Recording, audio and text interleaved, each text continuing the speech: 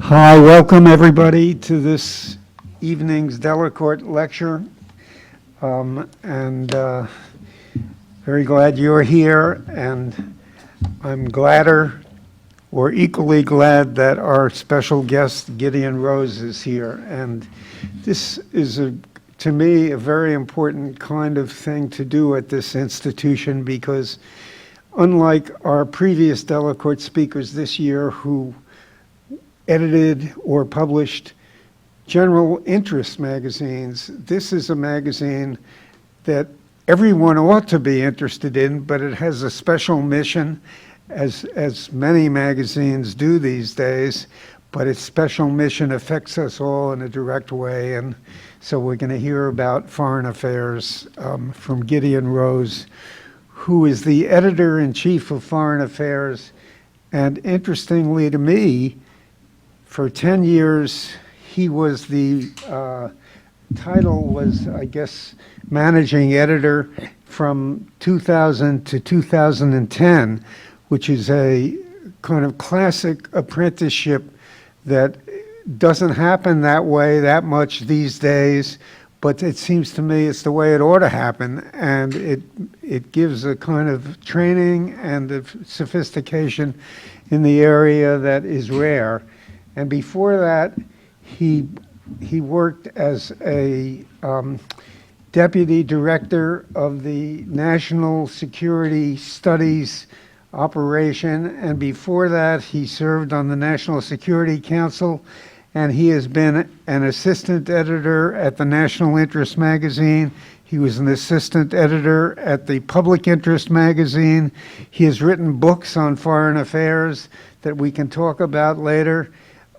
So he is uniquely qualified to do what he does, and the publication has changed in a major visual way since he got there, and he'll tell us whether it's changed in an editorial way beyond the way it's changed in a visual way and why. So what we're going to do is we're going to hear him lecture us. Then I'll get to ask him a few questions, and then you'll get to ask him many questions. So Gideon, why don't you come on up here, and thank you again for being with us today. Great.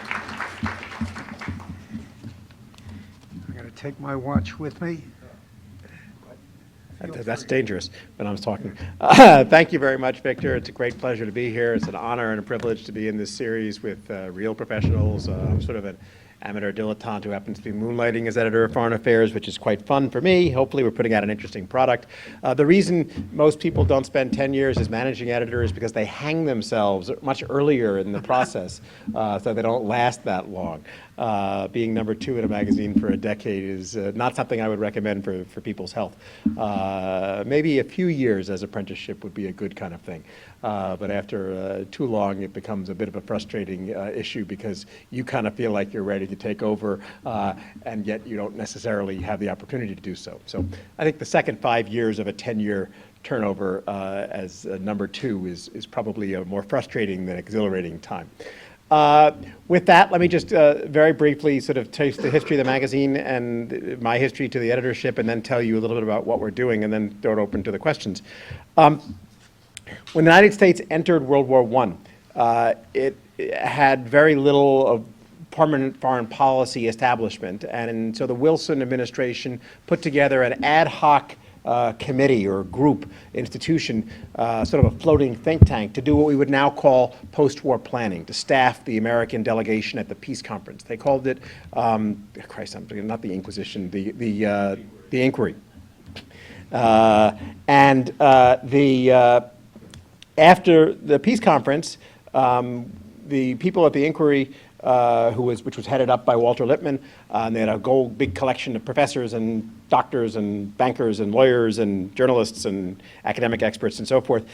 They realized two things. One, that they were going to be disbanded because the one-off policy planning function they were serving was now over. And second, that the United States was turning away from internationalism and back to isolationism with the rejection of the Versailles Treaty and so forth. So they decided that both of these things were bad, and we all know from bureaucratic politics theory that sort of institutions don't like to kill themselves off. So they said, okay, let's find a way to stay together as an entity and to educate our fellow citizens about the need to be engaged in the world. So they did what people at that elite gentlemen of that time did, which was to found a gentleman's club, which they called the Council on Foreign Relations. That's the origin of CFR, Council on Foreign Relations. They put together a think tank, a little bit the germ of a think tank, and they had a membership that they would have discussions about, and they wanted to do something that would, what we would now call, serve the function of what we would now call outreach.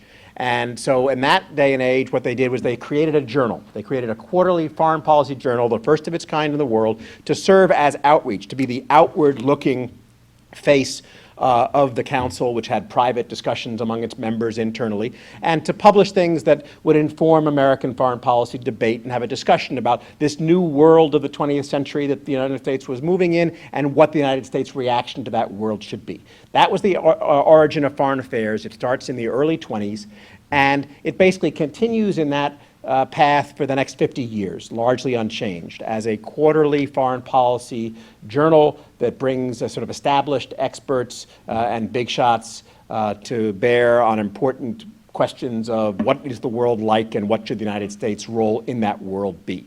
A lot of it's very dry, a lot of it's a little boring in retrospect, but a lot of pieces are actually quite good. We've done some collections over the years of our historical stuff, and although you wouldn't want to be the person trolling through the archives to find the good pieces, the actual collections are quite good and interesting. There were needles in those haystacks that are still worth reading. Things like George Kennan's famous X article, and a lot of others like that as well. In the 70s, they do something radical. They add an extra issue, a year-end review. So now we go to 5 issues from 4 issues. That is about the amount of change they have for another 20 years. In the early 90s, so when the magazine is around 70, they decide, you know what, this formula is getting a little stale. There are some competitors out there, the national interest and other kinds of and foreign policies sprung up and others. So let's galvanize things a little bit. They bring in a new editorial team with a new editor. They, at that point, have a new publisher who is sort of bringing a little bit more professionalism to the business side. The first publisher, really, in the magazine's history, who happens to be sitting right over here now, David Kellogg. And they bring in a new editorial team that redesigns the magazine, goes to bi-monthly, and sort of does what in foreign affairs terms seems to be like tarting it up a little bit, sort of being a little more racy, a little more daring, create a front of the book and a back of the book, as well as a well in the middle, being a little more racy and topical in the articles. And that suffices to change for another 20 years. And then the publisher finally decides that, you know what, we really have to get going on this digital era. The editor had been content to sort of just coast along in its normal paces. And so, driven by the publisher, we end up getting a website in 2009. We hadn't really had anything before that. And then there's an editorial change in 2010, and I move up from the number 2 to the number 1 spot and take over as editor, and that's where we are now. So how did I get to where I was? Well, I grew up in New York. I went to Harshman, went to Yale. I edited political magazines at both of those places. Always sort of saw myself as an aspiring foreign policy wonk type. You know, the obnoxious little kid like that. Some of you may be that kind of obnoxious little kid. If we were over at SEPA, think of all the people over at SEPA. That was sort of me. And then so out of college, I was looking for jobs. I went into the policy journalism field, and I was an assistant editor at the Public Interest in New York, and then the Foreign Policy magazine, its sister counterpart, the National Interest. And then I decided I really didn't know and I did some freelance and stuff. I didn't know what I was talking about, and I wanted to be sort of more serious or take it more seriously. So I went back to grad school, and I ended up getting a PhD in government at Harvard. And not knowing whether I wanted to go into policy or go into scholarship or go into journalism, back into journalism at a higher level, not knowing. After grad school, when I ended up marrying a fellow grad student who's actually a professor at Barnard across the street now, the former chairman of the political science department there, we went on the job market as pre-docs, and the best job we got the first year was someone I knew had joined the National Security Council staff and needed an assistant, and that was the best job we got, because pre-docs find it hard to get jobs. So we went down to DC, my wife taught at GW, and I went on the National Security Council staff as a sort of peon getting coffee for the people who did things like the peace process and stuff like that. That was a transformative year, because I went native, as like they say in the diplomatic corps about ambassadors who go native. I went native with the professional staff of the NSC, the technocrats on the NSC, the detailees from the agency or the military or the foreign service, and the political appointees who worked with them and were good. Because these people were amazing, and they discussed issues with extraordinary texture and depth and seriousness, and yet they were doing so with very practical stuff. I had been a very good grad student and done a lot of IR theory and knew a lot, but basically hadn't known how to apply any of this stuff. And I get into government, and I realize that no one gives a shit whether the system is going to do X or Y or Z. It's what the hell are we going to do tomorrow about Algeria, or what the hell are we going to do tomorrow about Russia, or about Yemen, or whatever. And it turns out that the people who know a hell of a lot about Yemen actually are much more worthwhile than the people who know a lot about IR theory. So I spent a year with imposter syndrome, scrambling not to fuck up too much, and getting coffee for the people who really did stuff, and loved every minute of it, and came out of it. We went on the market again the next year, and this time around, the best job either of us got was my wife got a job at Princeton. So since she had moved down for me, we moved up to Princeton, and I started looking around for jobs in the city. And my buddy Fareed Zakaria, at that point, had just taken a job as the #2 at Foreign Affairs, the managing editor of Foreign Affairs. He was the junior half of that new editorial leadership that I talked about in the early 90s. And he said, well, why don't you apply for a job as a fellow at the Council on Foreign Relations? They have a think tank there, a national security think tank. So I did apply for that and landed that, and I spent several years in the 90s at the Council on Foreign Relations think tank, being the sort of national security fellow. I also kind of backstopped Fareed. I had always, I had taught him how to edit, because he was the editor of my college magazine after me, and I was always involved in FA, reading it carefully, even when he was the #2. And after a while, he got kind of bored and wanted to do something else, and we engineered a job swap in which I would take over. He wanted to take a leave of absence, and so I took over. He became a fellow for a couple of months, and I took over as managing editor for a couple of months. And then we went back, and then the next year he wanted to leave again for longer, and we did the same thing. We convinced our bosses to do it. And then the year after that, he was like, screw it, I'm out of here, and went to Newsweek International to be the editor of that. And at that point, they needed a #2, and the boss kind of like someone who didn't really have a lot of change. And at that point, I was sort of the understudy who had played the role, during Passover week or whatever, a couple of times. So, okay, the easiest, least controversial change would be to sort of move me into the managing editor spot on a full-time basis. So I took over as managing editor and ended up staying there for 10 years. And that was how I got to the job.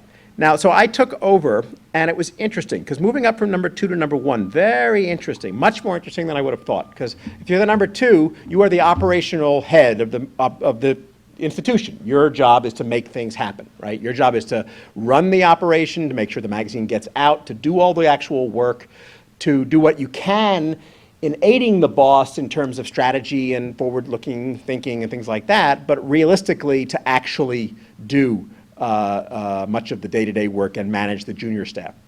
So you are intimately familiar with your own operation, and in your mind you have a running list of things you would do differently if only you ran the circus, kind of thing. And so when I first got into the top job, it was like, okay, now I'm finally in power, and this is what I wanted to change, this is what I want to keep, and so forth. And I did all that, and I realized after a few months that, okay, I've done all those things. But then it's really interesting, and the way I would compare it is, if you have an office, if you're work in a 10-story building, well, if you have an office on the 9th floor, and you get promoted to an office on the 10th floor, well, on the one hand, your view doesn't look that different, right? The view from the 9th floor windows of this building don't look that different from the view from the 10th floor windows, if there were 10 floors. But, so you're looking at the windows, things don't look that different. But then you realize there's a little staircase and a trap door, and you get to go up on the roof. And if you walk up to the roof, you realize, holy shit, there's a big open space. You can go anywhere. You can do anything. And the boss, unlike the number two, is not bound by the existing constraints, or rather, may not be bound by the existing constraints of how things have been done.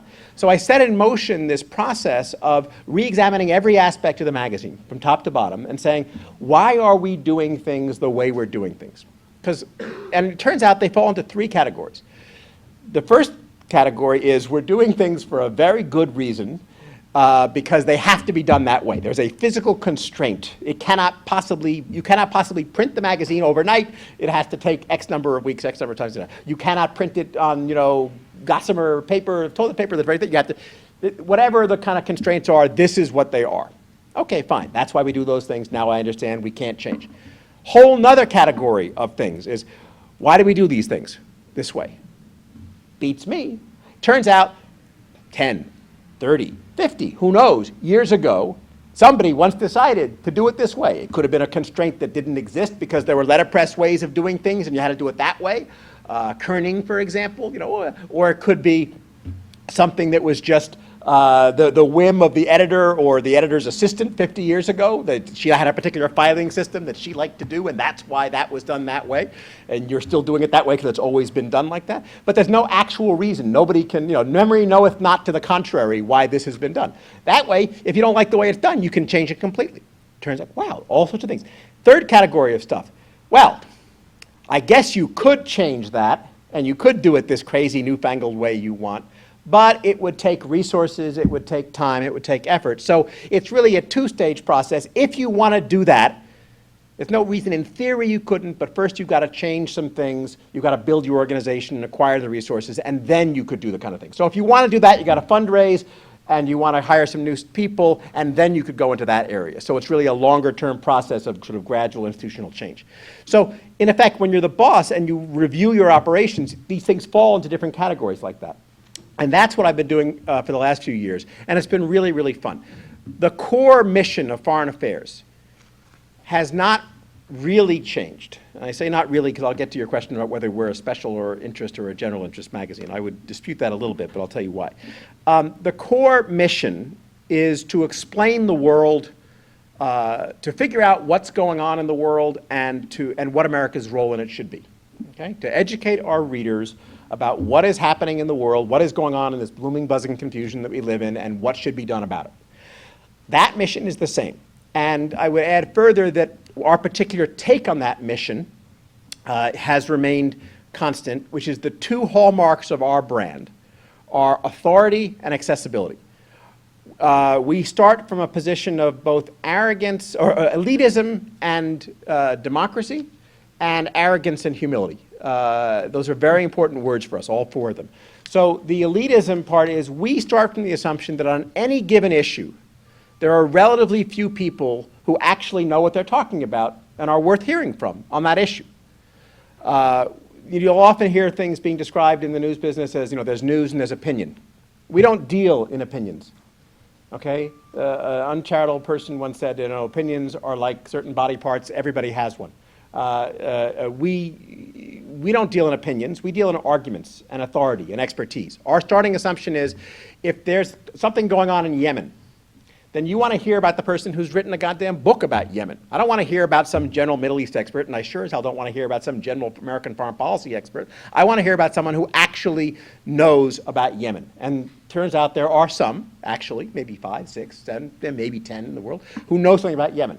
Those people you want. And I'm not even talking about a Saudi expert who's retooled themselves for yesterday's news cycle to talk about Yemen. I want the Yemen expert. There's someone who's written a book on Yemen. And in fact, if you go to our site today, there's a guy, Ashar Arkadi, who's written a book on Yemen. We had him talking about the Houthis. The Houthis. So authority, but we're democratic in the sense that we think that although there are only a few people who can talk about the subject, there are lots of people who want to hear about them. I want to know what's going on in Yemen. I don't know, I'm not qualified to talk about Yemen, but I certainly want to read about it. So our job is to be the mediating force between the people who know what they're talking about and the people who want to hear from those people. That's why we're elitist in our author pool, but democratic in our editing and presentation. We're arrogant and we are humble. We are arrogant in arrogating to ourselves the choice of what issues are important and who actually has the authority to speak about them. Someone's got to make that call. You can't just sort of read off in the world a list of these people are qualified, these are not. Who the hell are those 6 people who know about Yemen? It's my job to decide.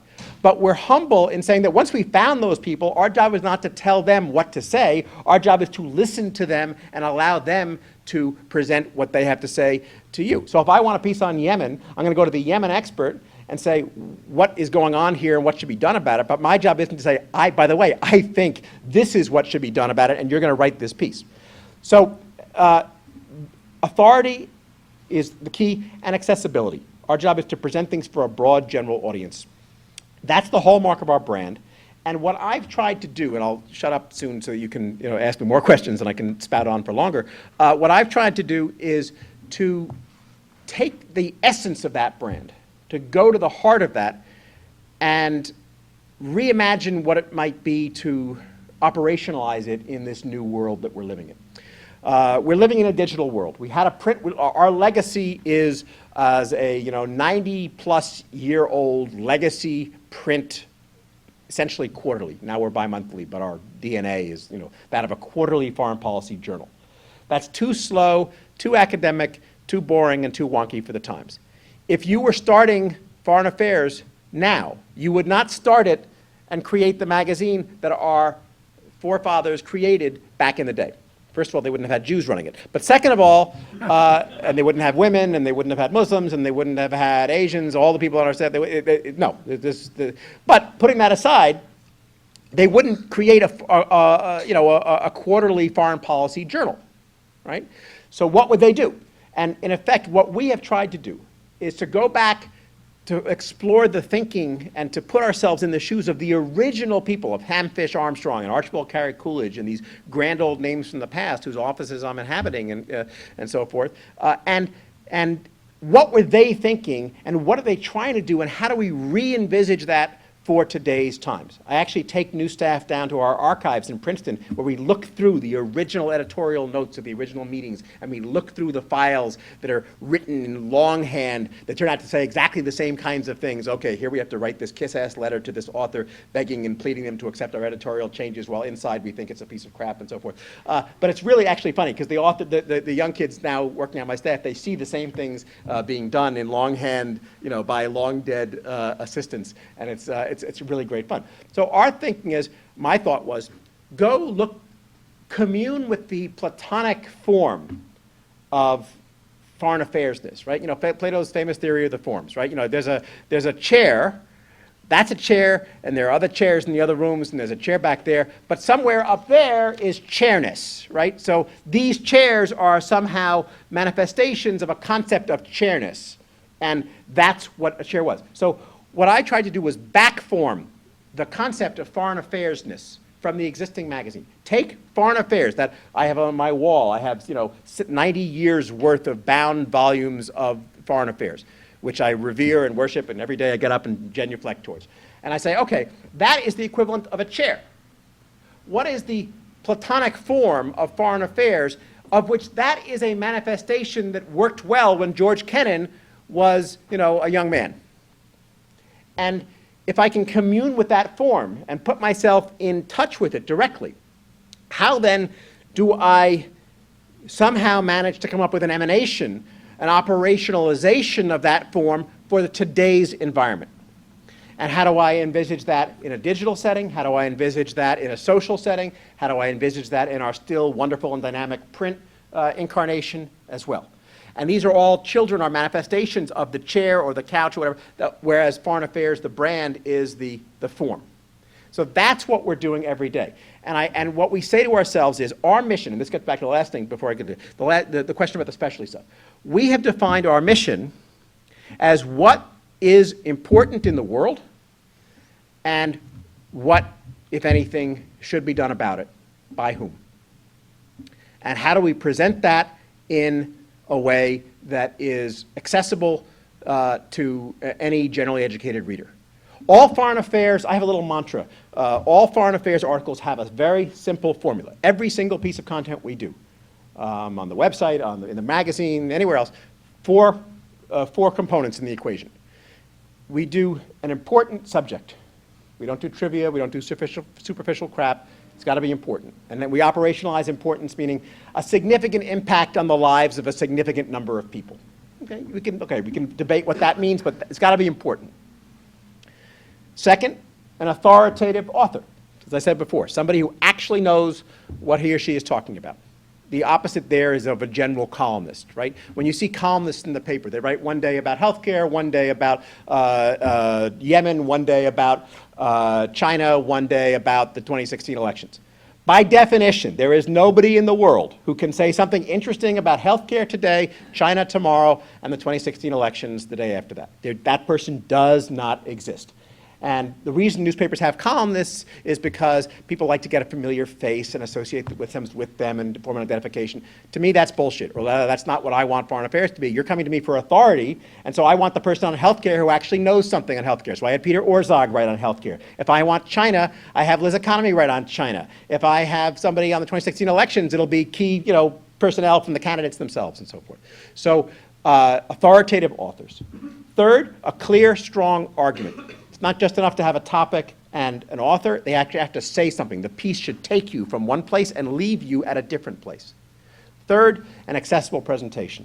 And what I tell authors in this regard is, imagine you're writing, we have lots of different audiences, but imagine you're writing for two. Imagine you're writing for the substance for peer professionals and the presentation for undergraduates at a good school. And they say, okay, and I say, if you do that, everybody else will be a lesser included. And they say, well, what do you mean by undergraduates? What does that mean, writing for undergraduates? I say, well, okay, let's assume that undergraduates today have 4 qualities. This is unfortunate but true. Today's undergraduates, they're smart, they're curious, they're ignorant, and they're lazy, right? So assume that they're smart and that you can actually write real substance. No dumbing down in the pages of Foreign Affairs. You can say your actual, honest, serious content at its highest level. It's fine. They are curious. Assume that actually they can handle interesting stuff. If we think it's important, don't worry about your audience not thinking it's important. If that's the real point of the thing, that's what the answer is. They want to know where, they'll go where you take them. Ignorant. They know absolutely nothing about the world, its history, what's going on, the details of anything, and so forth. So you have to include in the piece itself all the components that you need to understand. If you're writing about Yemen, you have to include a potted history of Yemen in the piece. You have to include little mini bios of the people. Now, the challenge, how the hell do you square 3 with 4, which is they're lazy. If there's any longer, if there's any pause, if there's any slackness, then they'll turn away, and it's not like they're being assigned this in class most of the time. So it has to carry through to the end voluntarily. You can't lose your readers. Now, how you manage 3 and 4 together, including all the relevant information, while not losing your readers, that's a key challenge in editing. We can do that for them, and we usually do. But it's really an interesting kind of thing. So, but those qualities, an important subject, an authoritative author, a clear, strong argument, and accessible presentations. That's what defines FA. Now, the reason I say this is not just a specialized magazine anymore, if it ever was, when I went back to look, the Foreign Affairs of the 70s and 80s was a magazine in which there was a lot of stuff on nuclear arms control, there was a lot of stuff on foreign policy wonkery, and that was very good, serious stuff that was very important. Those were crucial issues of the day.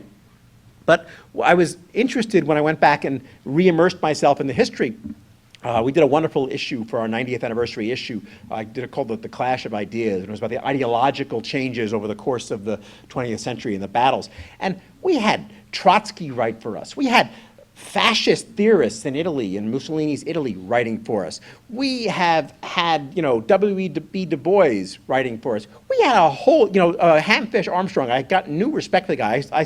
There's a picture of him in the council as this crusty old guy with lots of white hair, looking very sort of, authoritarian and imposing. But when I was looking at that, there was a guy who was interviewing Hitler and visiting Nazi Germany in 3 months after Hitler took power, and writing a wonderful, gripping treatment of the changes that were going on inside Nazi Germany and warning people about it. He didn't interview Hitler, but he visited Nazi Germany, and he did a great piece. And it was a vital, interesting magazine about the entire world. And so that's how we define ourselves now. It really is going back to the roots, and it's not just foreign affairs, meaning foreign policy wonkery. It is really the world that's out there what's important in it, and how is it, anything in the public sphere I consider fair game. So that's why, you might look at this and go, this is not your father's affairs. What the hell is foreign affairs doing with race? Well, it turns out that race is not just Ferguson and it's not just Staten Island. Every country in the world, lots of countries in the world, have big and important racial issues and racial problems. So why can't I cover that?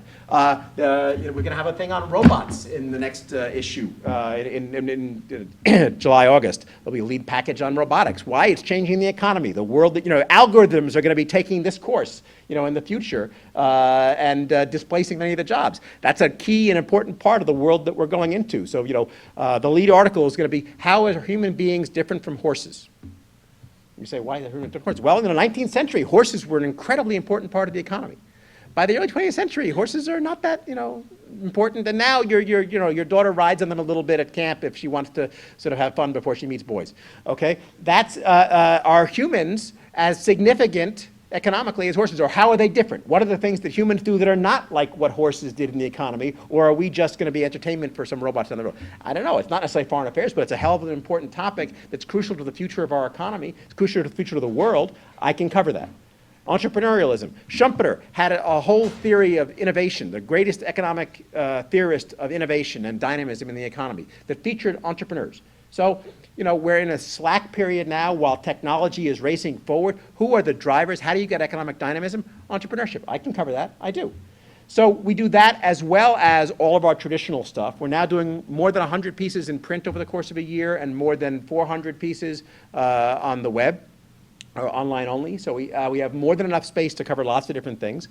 And it's all basically driven by the same vision to cover the world in a dynamic, interesting way and get authoritative people to explain the things that you need to know. And it's not news you can use in the sort of very simplistic sense of service journalism or the old U.S. News and World Report kind of stuff, but it's news you can use in the sense of the tools you need to make sense of the changing world around you. What is important? What are not the surface chop of events, but the underlying tides that drive those events and the currents that move people and boats and things forward that is really changing the world you're living in. That's what I consider our topic, and that's what we try to execute on a daily basis these days, as well as a bi-monthly basis in print. So with that rabble-rousing, let me turn it over to you for questions. Well, come join me. It's inspiring to hear that. Inspirational message, and but let me ask a couple of questions just to clarify some things for myself. Before you spoke, you and I were having a brief conversation, and you mentioned this article that you had run by, I guess, Mearsheimer. Yep. And about Ukraine, and why the Ukraine crisis was the West's fault, or something like that. right. Yes, and it was one of the few articles that Foreign Affairs has run that took a counter-establishment position. So, and you haven't talked about the relationship of Foreign Affairs to the establishment. So could you talk about that a little bit? Sure, I'd be happy to. And how you decided to run that, and whether you think that it's part of your job to reflect the assumptions of the establishment, and that the Mearsheimers are the exceptions to that, or that it's part of your job to follow the truth wherever it leads. I am a kind of naive, old-school creature. I'm a scion of and junior member of the establishment who has the naivete to assume that a lot of the systems that I grew up in and have inherited and am now helping to run actually have a certain degree of substantive and functional legitimacy and success. And so I don't see, you can sort of think of establishment in one of two ways. You can think of it, if you're an outsider, and saying this is sort of the either illegitimate or bad or inherited or whatever kind of structure of power that's there and that needs to be taken down or opened up or whatever. And you can think of it, if you're kind of someone like me, as thinking of it as almost with a kind of patriotism, my establishment when right to be, celebrated and when not right to be put right kind of thing. So I was struck when I was in the government by the extent to which the people at the working levels, at the best working levels of the professional foreign policy establishment, the people inside the system, were having discussions about U.S. foreign policy that were smarter and more well-informed and were honest and serious than the general public discussion. They were hardly caricatured tools of, remember, this was the executive branch, not Congress. They were not tools of established interest. They were not dull bureaucrats. The best of them were really smart, serious people trying hard to do good work and serve their country and the world at large, and stymied by hacks and by morons and by political self-servers and ideological crazies on all sides. And so I came away, as I said, thinking that those people were the ones who I wanted to serve and bring their discourse to a general public to let them hear that. And those kinds of people actually embrace real discussion. They actually embrace lively debate over what they're doing and why, because they think what they're doing is actually sensible, or want what they're doing to be sensible, and want to test it against the best kind of logic. And so what it's their bosses or the political hacks or the media that makes things out to be stupid ideological debates or stupid false dichotomies and so forth. The real professionals love nothing more than to have a real discussion about policy. And so I operationalize our mission, and I think it's in the best tradition of the establishment, frankly, not as saying, here is the answer, but rather saying, here is what smart, serious people discuss and think among themselves about these questions when they're being honest with each other. So I've run articles that say we should bomb Iran. I've run articles that say we should give Iran the bomb. And I've run everything in the middle.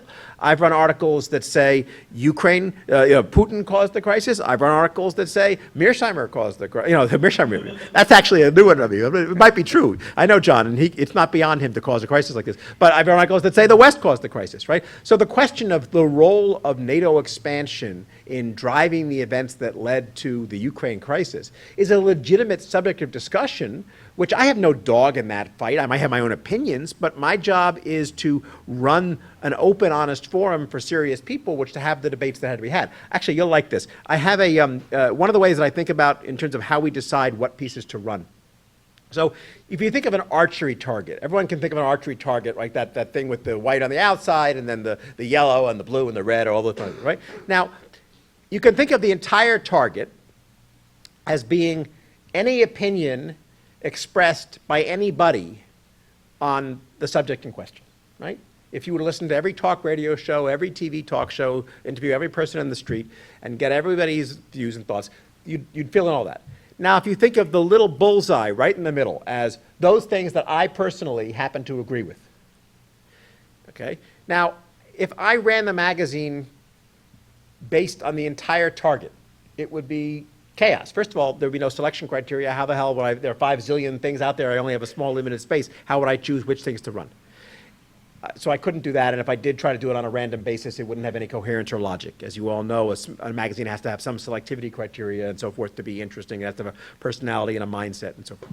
But if I ran it just on that little bullseye in the middle of what I agreed with or what my masters agreed with, I don't really have masters, but what they would have agreed with if they did have masters, then that would become boring pretty quickly. I mean, I'm a smart guy and I'm an interesting guy, but you'd be pretty bored after a while talking to me if I were here not just half an hour, but like 2 or 3 hours. You'd think, fuck, maybe you'd bet at the end of this hour, but you certainly wouldn't want an entire magazine just on the Gideon show, right?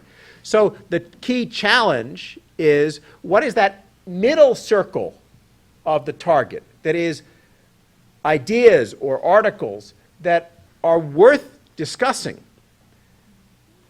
but that I may or may not agree with myself. And so my job is to separate, define, construct, if you want to be a constructivist about it, that boundary, which is not written anywhere. The world doesn't come, if you take your slush pile and you toss it up in the air if you were still getting things on manuscript. They wouldn't fall neatly in, okay, this is the pile of stuff that's worth running and this is the pile that's not. You have to construct that boundary. And that's what the key editorial task is that I engage in and my staff engages in every day. And the boundary that we draw, the line that we draw that separates in and out is this something that is on an important topic by someone who knows what they're talking about that makes an argument worth discussing? If the answer to that is yes, it's in. And if the answer to that is no, it's out. I think Mearsheimer's piece was full of shit, but I was delighted to publish it. Well, how can I think that? How can I be delighted to publish it if I think it's because it's a great discussion. John's a very smart guy with crazy ideas that spark wonderful debates. He may even be right sometimes. And so I love nothing more than to have the response package back. And so Steve Sestanovich and Mike McFall are pissing back at him and John's pissing back at them. That's great. We've done 2 ebooks on Iran and the bomb. Again, and they ran everything from Ken Waltz saying, give Iran the bomb, to Matt Koenig saying, bomb Iran now. Not my job to say what we should do about Iran. If you want to have me as a pundit tomorrow night on the deal with Iran, I'll tell you what I think about Iran. My job as editor of Foreign Affairs is to present all the facts and all the arguments that smart, serious people think are worth hearing and reading so that you, the reader, can make your own decisions. So that's why I published that. Okay. It only seems rare because nobody these days does that. I just want to stay with that for one more second, because I, as you know, come from The Nation magazine, which has a different view of opinion than you do, and I read Steve Cohen with a lot of admiration. I recruited him as a columnist many, many, many years ago when he was a professor at Princeton. And Steve believes that in the Ukraine, we may be entering a new civil war, and a new Cold War, I'm sorry. And that if you thought that we were entering a new Cold War and that we shouldn't be, as the editor of the magazine, wouldn't it be your responsibility to give more space to that argument, that possibility, and still maintain the general theory that you espouse, which I tend to agree with? It's a very good question. I'm not sure.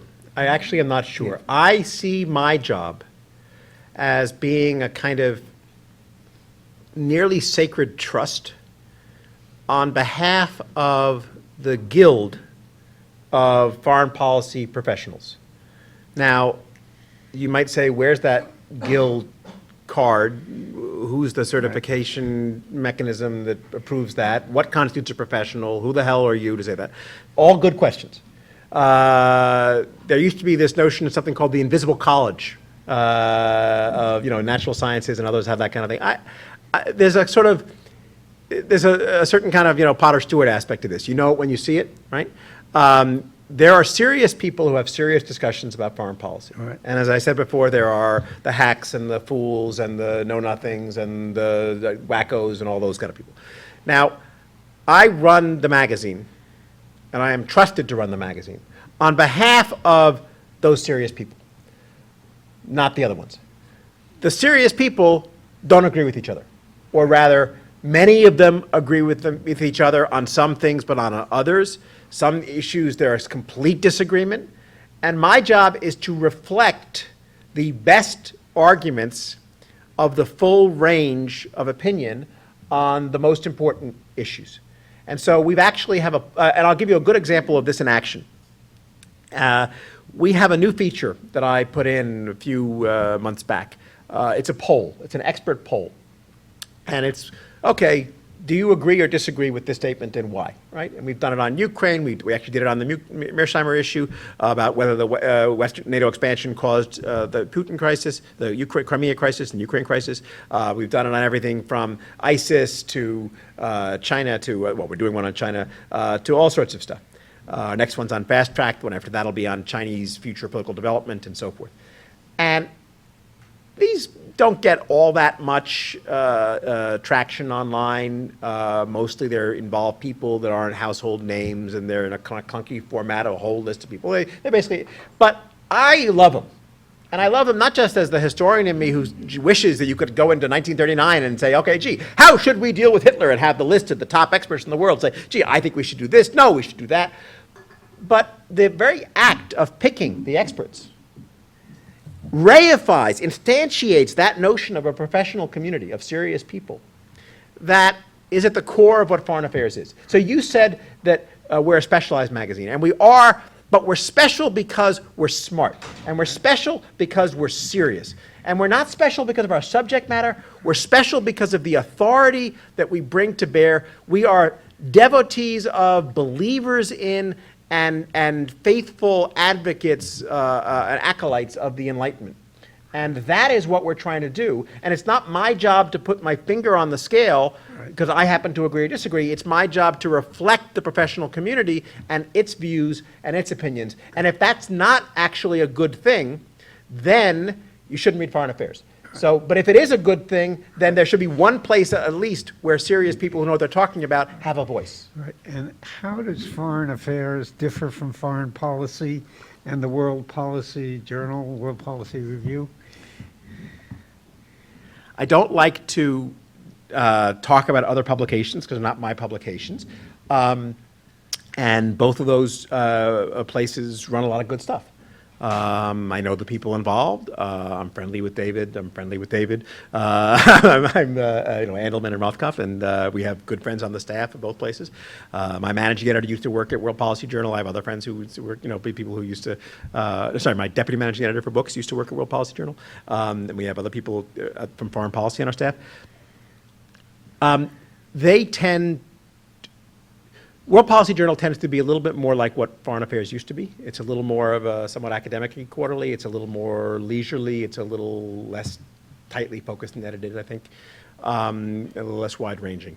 Foreign Policy tends to be a little more these days, I think, about the events and personalities and the surface of the news. And a lot of their pieces are pieces we could run, but not all.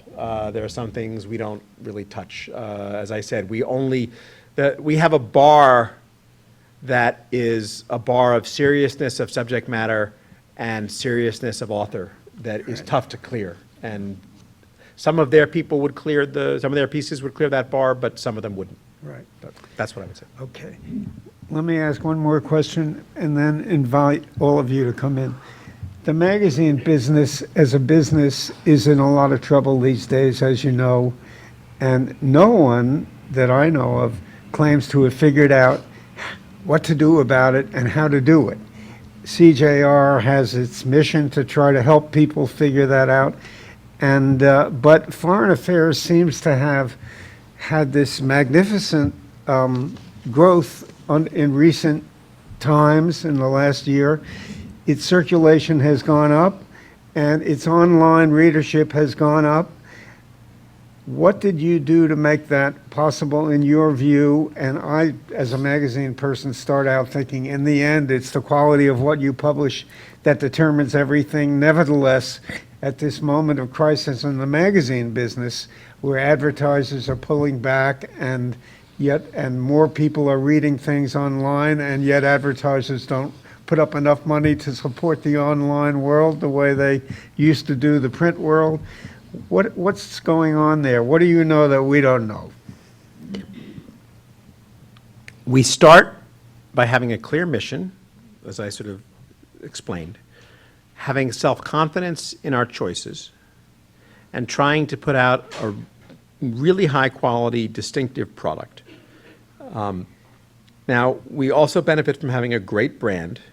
If we were starting from scratch, doing exactly the same stuff we're doing, I have no illusions that we'd be able to have our success. We're standing on the shoulders of giants and have a wonderful brand that we can rely on. It's like we're a hip neighborhood in Brooklyn with this incredible physical infrastructure that's been sort of sitting somewhat underutilized, and then suddenly gets hot, but we have great transportation links and great buildings, and we can sort of gentrify it pretty quickly. So that we were able to be in that position because of our brand. But we start by thinking we're going to be competing with better funded places, larger places, people with more polish on their writing, people with much larger budgets and much larger staffs. So why, and people with much quicker timelines. So why should anybody read us, right? The piece has to answer, why should they read our piece? You're going to read 6 pieces on Ukraine. Why should you read the one on foreign affairs? And the answer is because it's going to be slower, it's going to be later, it's going to be longer, it's going to be, why? And the answer is that we're providing something that no one else provides, or in theory, which is that we're providing the one you have to read, because it's by the person who actually knows what the hell they're talking about. So we are a niche product, and our niche is serious stuff for people who want serious content, who want to know what they're talking about. I used to joke that I wanted our tagline to be foreign affairs for people who know what they're talking about or want to. Now that's a small segment of the population, but it's a relatively large, it's a small segment in relative terms, but it's pretty large in absolute terms. It's more than, several 100,000. And so we've grown by making ourselves more accessible to and more appealing to that niche rather than creating new niches so much. And so a lot of that is foreign, a lot of that is energetic and domestic. Print is about 65, 30, 70, maybe 70, 30 domestic, foreign, right, David? Digital or website is about, web traffic is about 60, 40 international, domestic, as opposed to 70, 30 other print. And social is about 70, 30 international. So much of our growth has been online. We have a dynamic website with really smart pieces that are presented ways. I tell my digital team, I say, you guys are like the car industry, and I'm like the government, and I'm telling you that you have CAFE standards, and they're rising. So traffic, for me, traffic is like CAFE standards. And I say, okay, you have to do better each season than, year on year. You have to do better, right? Each month, year on year, better. And let's pick a thing. Let's say 20%. Okay, your goal is to hit 20% better. But you have to do that while maintaining your quality. How you do that, I don't care. Just like the government says, you can use lighter material in your cars. You can have more streamlined designs. You can design a better catalytic converter. It doesn't, your job is to raise the fuel economy of your fleet. I tell my digital staff, your job is to do it, and their job is to figure out how. If that means doing better, timing the posts more accurately on social to what readers are sleeping. It turns out you do it twice a day. Online, our international audience reads it in the middle when we're sleeping here. Using pictures, phrasing the words properly, coming up with articles that appeal. All those things are general things. It's the staff that does that. They get the credit. And I would say that having confidence in our vision and just trying to be, our goal very, very simply is to be distinctively excellent in our core editorial content, which is our chief being, and then be best practices everywhere else in the operation. And simply moving that up to speed is the challenge. It's worked well so far. How well it works in the future, who knows? Okay, why don't you join in? There's a microphone right there. Tell us who you are and ask your question. Once in a lifetime opportunity. Don't lose it.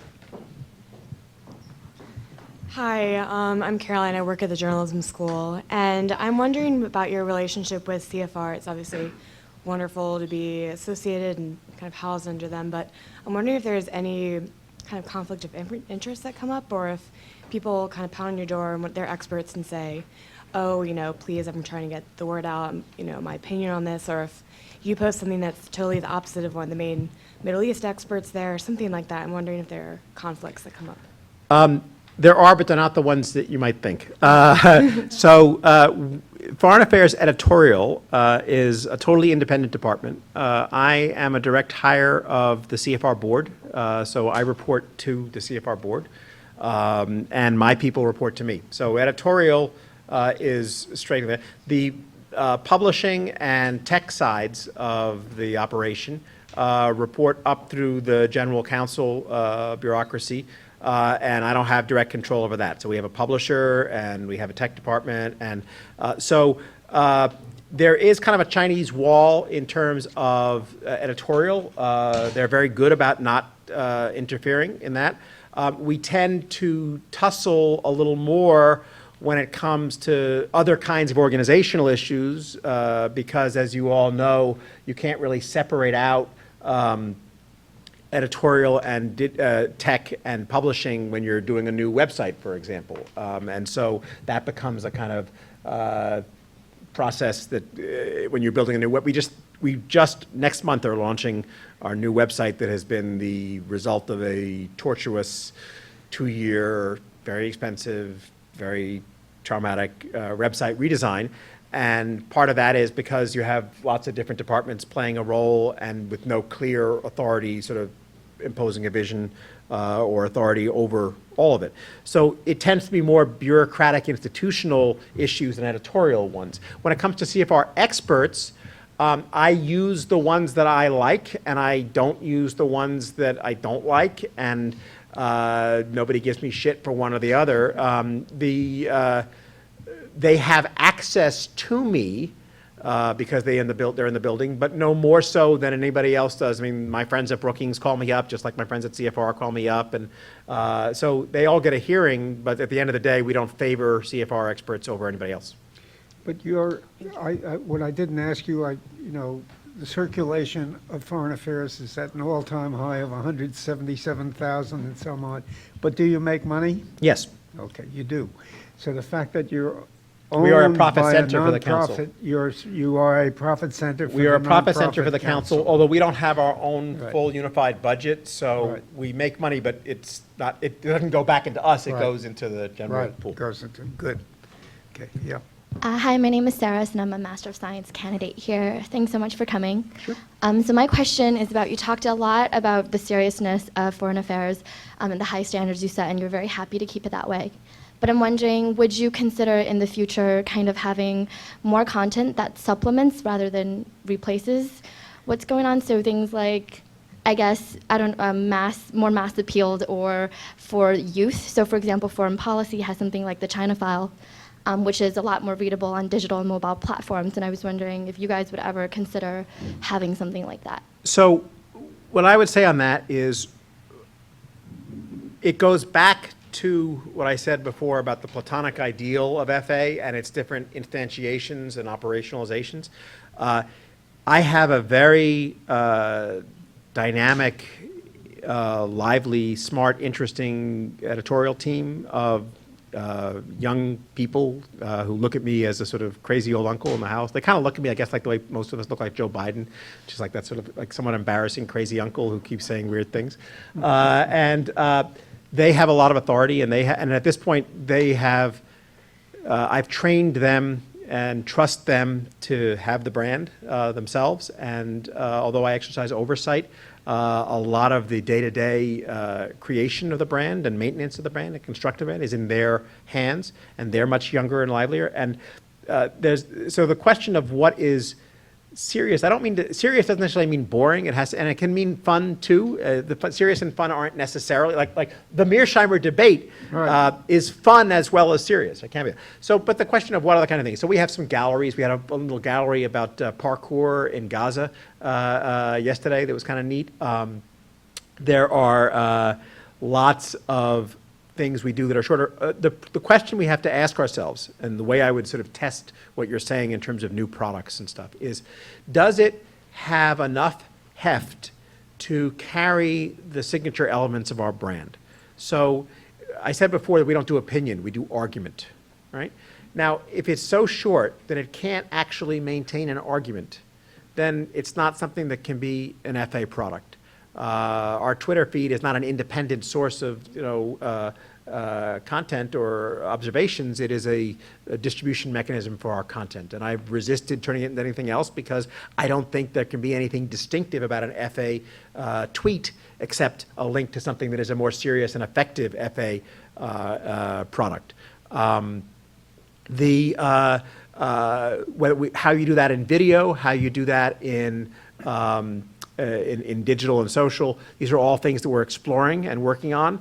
So I would say watch this space. And if my staff, who are brighter and younger and hipper much than I am, can come up with things that are not geared towards 80-year-old white men, but much more sort of interesting contemporary audiences, then they will, and you'll see it.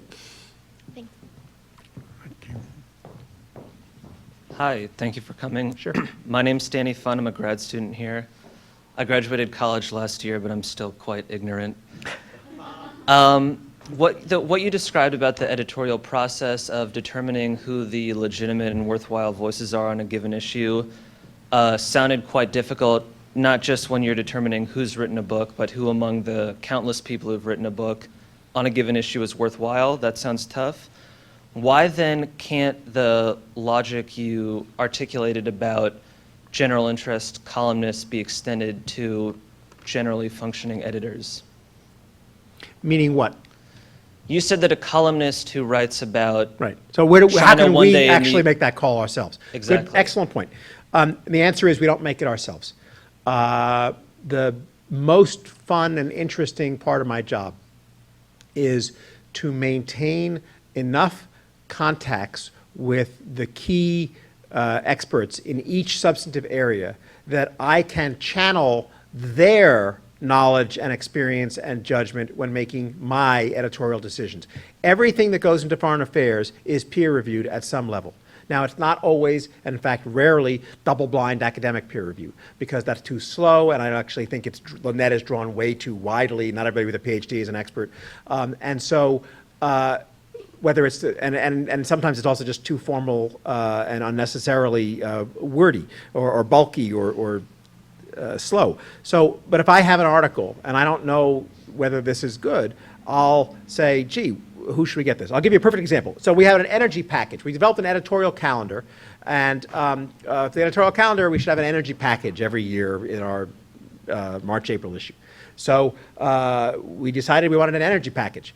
And I didn't want to put it on the cover because it's not that sexy. Last year we did. We had the fracking package, which was really good. But so I said to one of my, I said to our deputy managing editor, Stuart Reed, I said, Stuart, this one's on you. Go talk to our kitchen cabinet. We have a sort of floating kitchen cabinet of experts, different ones, a coalition of the willing, as it were, for each thing. And I said, go talk to our energy experts and come back and tell me what you think we should do for our energy package. A cluster, let's say. So he goes out and he talks to a bunch of people. In this case, it was Mike Levy, who's a fellow at the council, who we know and like, David Victor, who is now at UCSD, Jesse Ausubel at Rockefeller, Ed Morse at Citi, who's a great oil expert, a couple of others as well. And he talked to them all, and he comes back to me and says, okay, I think we should focus it on electricity, because there's a lot of stuff happening in electricity.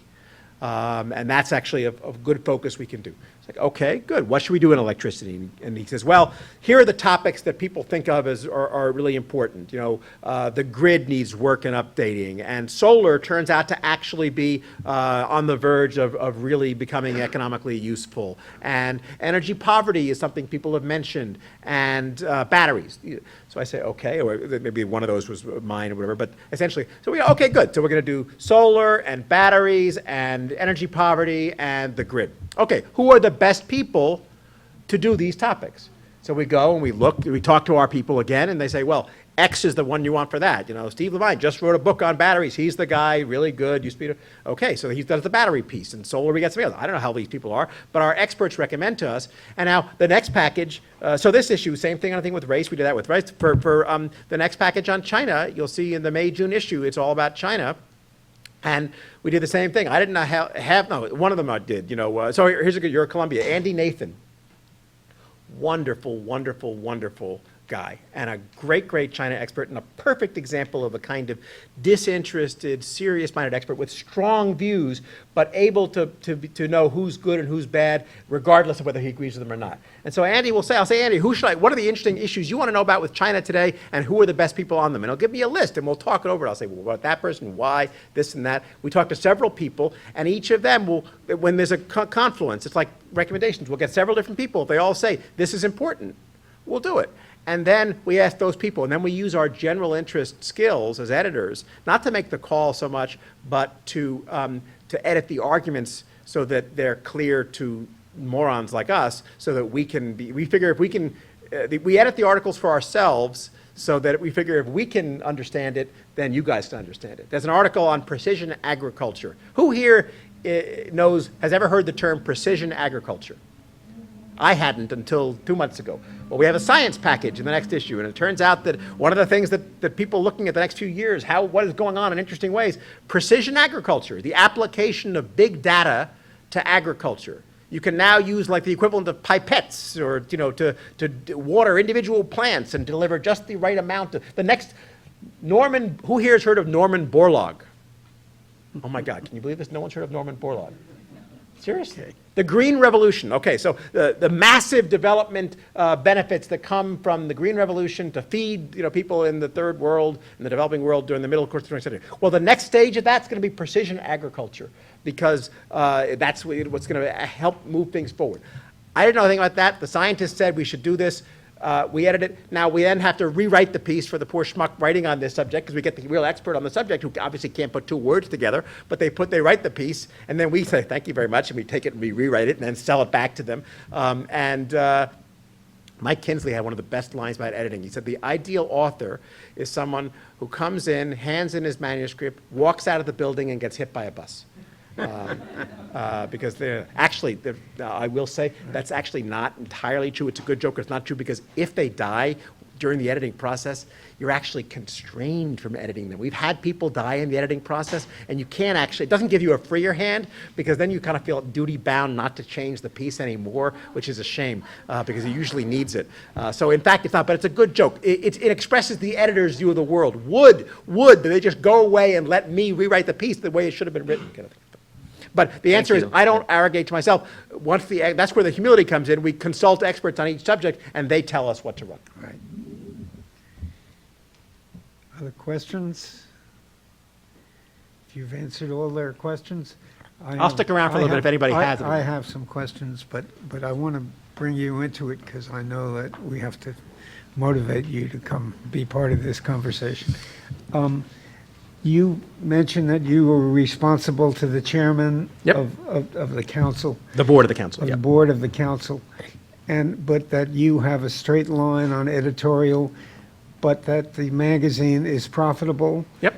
So suppose you want to double your editorial budget as a way of, From your lips to God's ears, as they say. right? What happens? Okay, so do you remember that scene in Oliver? Yes. Where he takes his little bowl up and he goes, "Please, sir, can I have some more?" Right? That's essentially the budget negotiation. Right.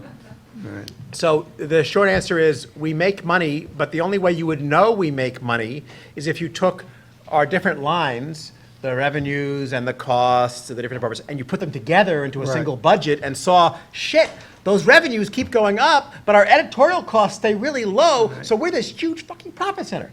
Gee, maybe we should give those people in editorial more money to reinvest in them so they can produce even more. But because the budgeting doesn't work that way, and because we're considered a sort of department of the council, it's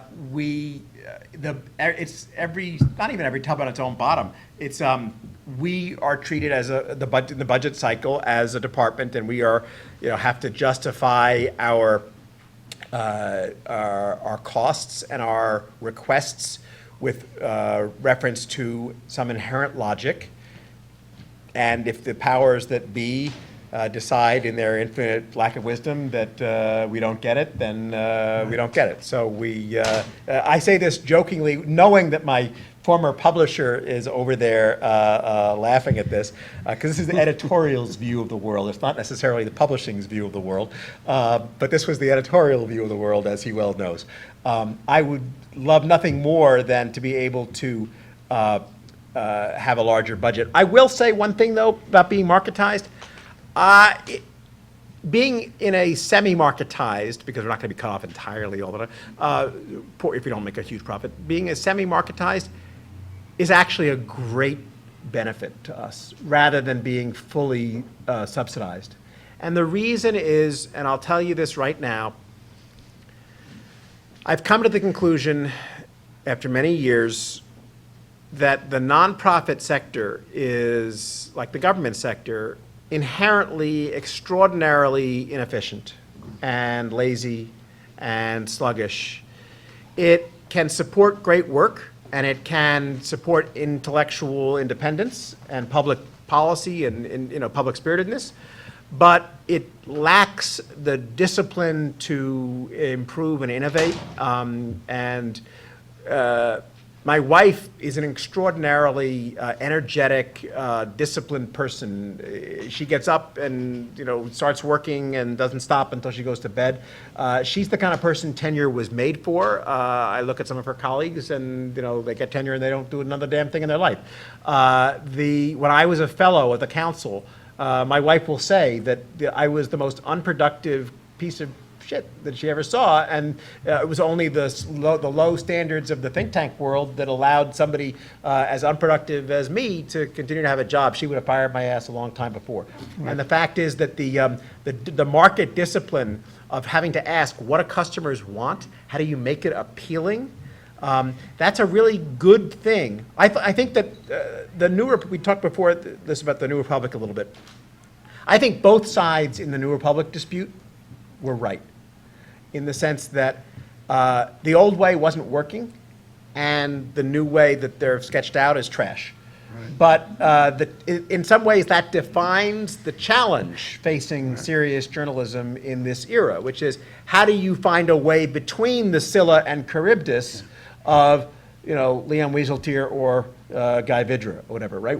There has to be something that is, if not self-supporting, then at least not grossly subsidy needing, that is also serious and worthwhile. And so the challenge of having to do that and make a profit and do well, I think is actually really useful, because that thing that I said about traffic, where I drive my people and I say, you have to come back with higher traffic, you have to figure out a way to do that without lowering standards, gives them the kick in the ass they need to come up with new ways of doing things that their peers over on the other side of the pure nonprofit spectrum wouldn't actually come up with, because it's easier not to do that. They live in constant terror that I will yell at them for stagnating or dropping traffic and stagnating or dropping quality. And that kind of terror is actually, a little bit of it is a good thing. Right. But there is a body of argument or wisdom, whatever you want to call it, that makes the case that in the nonprofit world, the digital universe has changed its role, and they point to things like ProPublica and other things that can't find resources in conventional for-profit journalism to undertake the kind of investigations that ProPublica undertakes. Do you think there's anything to that? I mean, I think ProPublica does wonderful stuff, and I think it's a wonderful look. I think ProPublica is the functional equivalent of certain kinds of good civil society or philanthropic organizations that go beyond the basic safety net to provide well-intentioned and usually very beneficial social services that are needed. And you can be a social democrat and feel that the government should do more of that. But even if you're sort of not, you can think it's a good thing that there are certain charities out there doing that. ProPublica is a philanthropic exercise for journalists. Right. Okay, that's good. I'm all in favor of it. If someone wants to give the money to that, great for them. Great, that's good. Okay. It shouldn't be the only model. All right. Fair enough. And it can't save journalism by itself. Right. Any other thoughts, questions, conversation? If not, I want to thank you, Gideon. This has been terrific and inspirational. Great. My pleasure. My pleasure.